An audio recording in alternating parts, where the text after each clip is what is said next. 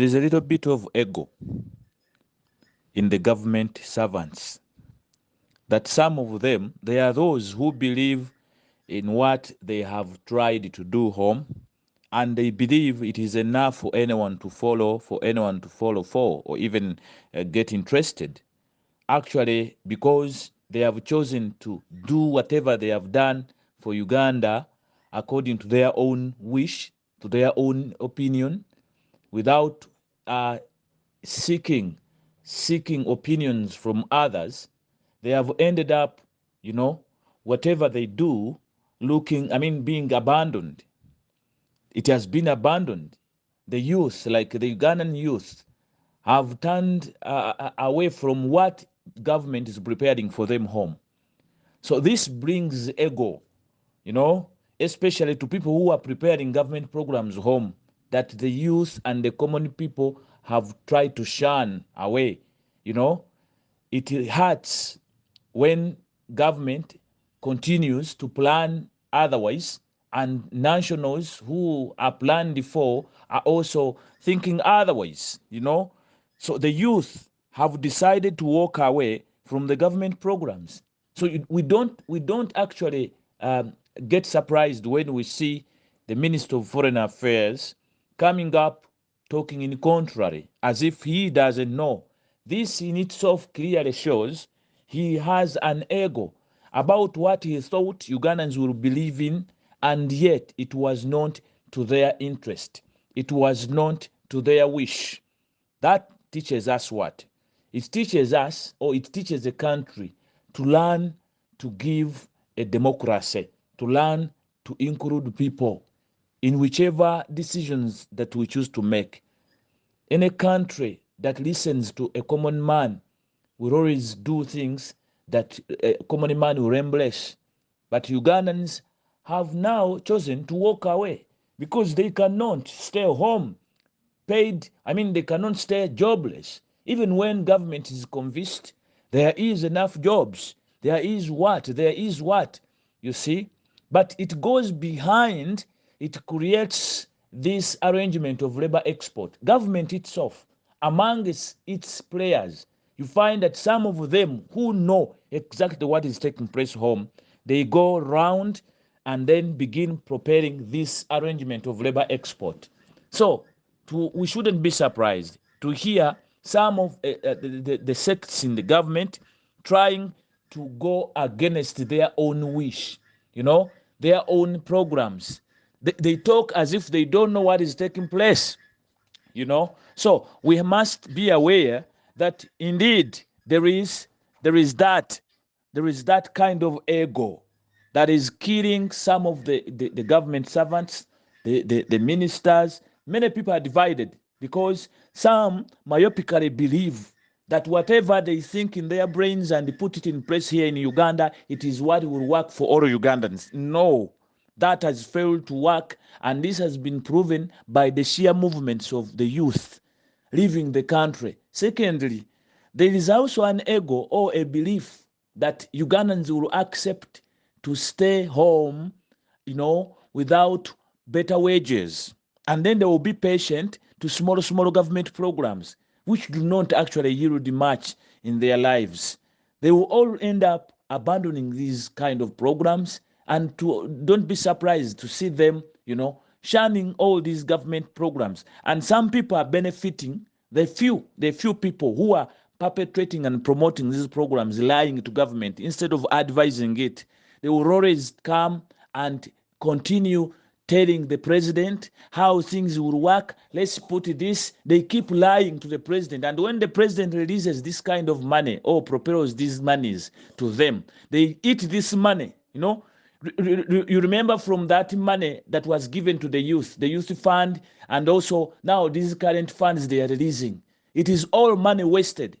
But government has failed to recognize the fact that there are some other priorities they can kusosowaza and make sure the youth of this country is protected home and away. Because right now, when a government chooses not to better pay, not even to put a single minimum wage or to lay a minimum wage bill in parliament and pass it, then that in itself means it is ready to continue paying you cheaply. That is one thing. And then they expect you to stay home and get that cheaper pay. Secondly to that, when a country decides to promote industrialization using foreigners, what does that mean? My first question is, do the Ugandans, when they leave Uganda and go to other countries, do they go there to build industries? No. What do the foreigners or migrants that come to Uganda do? They either come as refugees or they come as investors to build these factories. So once they come here, what they are looking for has been already put in place for them to have a soft landing in terms of cheap labor. So cheap labor means you're going to help these investors to build the factories. You work for almost no pay, and then they first build these industries such that when you come back home, you will be able to go in these industries and get less paid. You see, for how long will this stop? How are we going to how long are we going to wait until these industries that are being built by the foreigners here, and then we come back and then begin working, or even when our colleagues see these foreigners, having these industries or holding these factories which less pay them, and then they hear that when they move out, they are paid almost in triple. They are paid in excess. You see, that in itself will demote or depromote the country. It will demote everything that government tries to drive towards development. So the government officials have that ego. Those who are planning and then those who are lobbying to bring the investors in the country, they have an ego. They believe we must accept their agenda as, by hook or crook, which is not true. The Ugandans will not accept that. What I can only advise government is to know that it has reached a time. It has reached a time for them not even to appertain or pretend about the people who are going abroad. The people who are living abroad, it is now an inevitable force you cannot run away from. It is an inevitable movement you cannot ignore, because it also brings you a lot of remittance. It brings you revenue. It brings revenue to your country. If the country gets to realize that even these kinds of movements have contributed to the development, the monies from diaspora where people move are more than even what we export. How much dollars do we enter to balance the shilling here in the country? If it wasn't these movements, we would be already a corrupt, a failed economic state or something of the sort. So we are supposed to look at the people who are contributing to this and give them a leverage, give them an incentive that they also feel proud.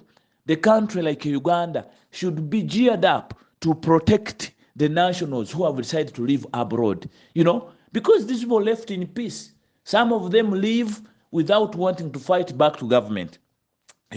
Others left and they started fighting the previous governments until they had to do ABCD.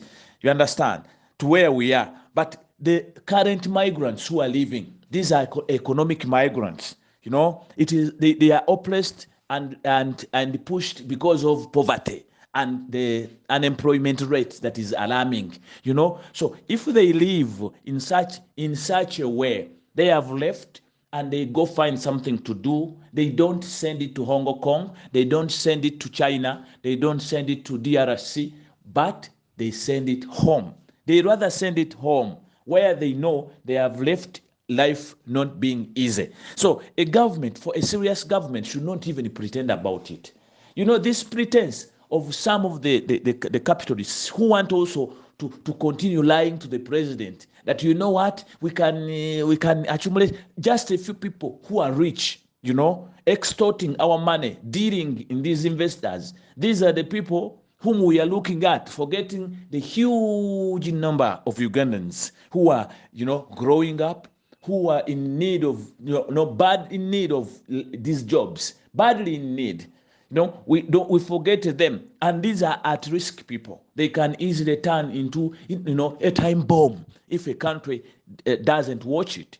So when they call on you, when they live outside the country, it's upon you, the country, to protect them. We don't want to hear the minister saying we are not responsible for your protection. I don't know where even this minister started from, because for any country, it is supposed, or it has a role, a responsibility of protecting its nationals, home and away.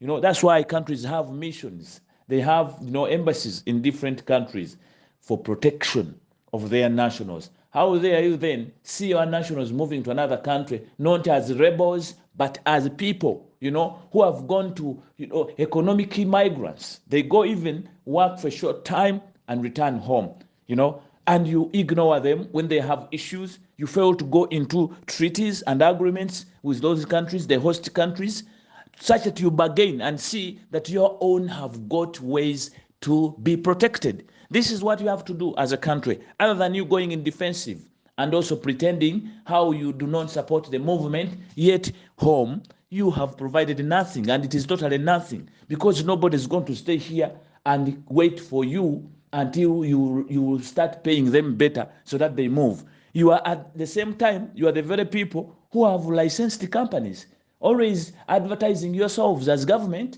that people should embrace this kind of movements. And then when they embrace them and leave, you say now you don't know them, they have left on their own, they should come back home and begin by force, liking your programs. They will not like them. Everyone is tired of poverty. It should be an example to you. Countries that are paying better wages are attracting more people to go there. But for you here, you are attracting refugees who come here and they start begging you in. That is it. But yours have left as, migrants, not as refugees. They have left as migrants. You should protect them. It is not a responsibility of the receiving country to protect alone, even though they also have a responsibility. But you too, leave alone your mind of wanting to squeeze and get some money from UN over these refugees who are under your responsibility, and UN. But once your own migrants live to the other side, they are not refugees. They go to work, they go through your licensed channels, knowing that they will come back home. But why would you leave them come back dead?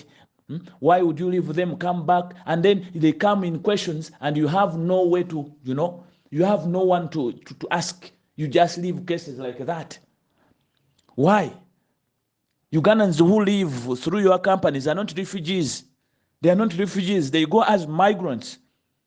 Temporarily, they go to work, they earn something and bring it home. You must protect them as a country. You shouldn't appertain. You shouldn't pretend about it. Stop wanting to show how you cooked the best food and yet people ignore it. People, when you serve it, people don't eat it. We believe you have tried, but it is for a few people who are benefiting from these SAP programs. The monies you get from World Bank and IMF, it is all wasted and eaten by a few people who receive it, who deal in it. These are the people who are enjoying the monies. Otherwise, the services don't reach this common man. If it was there, then the common man would be happy today and doesn't wish to live. But it is not, So, and yet, you have accumulated the burden on our backs as Ugandans. Poor and rich, we are all supposed to pay this tax. We pay back this money that you borrowed, in which you never even got in our consent. You see? So it's a lot. Nobody should come out and appertain and begin pretending that you know what, it's ego. You feel like people should embrace your thing by force. We shall not embrace it until you understand us. You as a serious government, you should be having, that responsibility to be part of the program you started. Not threatening workers. Every time they complain that we have issues abroad, you begin threatening them. You know what? We shall ban. We shall do what? We shall stop you from going there. Now, this time, the minister was very open. Don't go there because you know that place. You know that place. Why did you take your missions there if you know the place is not good? What is your purpose in Saudi Arabia as an embassy? As a foreign affairs, what business do you do in Saudi Arabia other than humanicero and also, dealing in other things that we don't know? So you should also look into that. Check yourselves, otherwise you're contradicting. Just understand and stop wanting to convince us how things are good in Uganda. You mean we don't have eyes? They are not. That's why you are also promoting these movements internally and you are hiding. You want to pretend you are not part of the movement, of the promoters of this. Yet Ministry of Gender is part of government. How did it adopt this program? You see, instead of you understanding what is the status quo and find a solution, you want to continue pretending, inflicting pain psychologically onto Ugandans. I hope I have communicated. Thank you.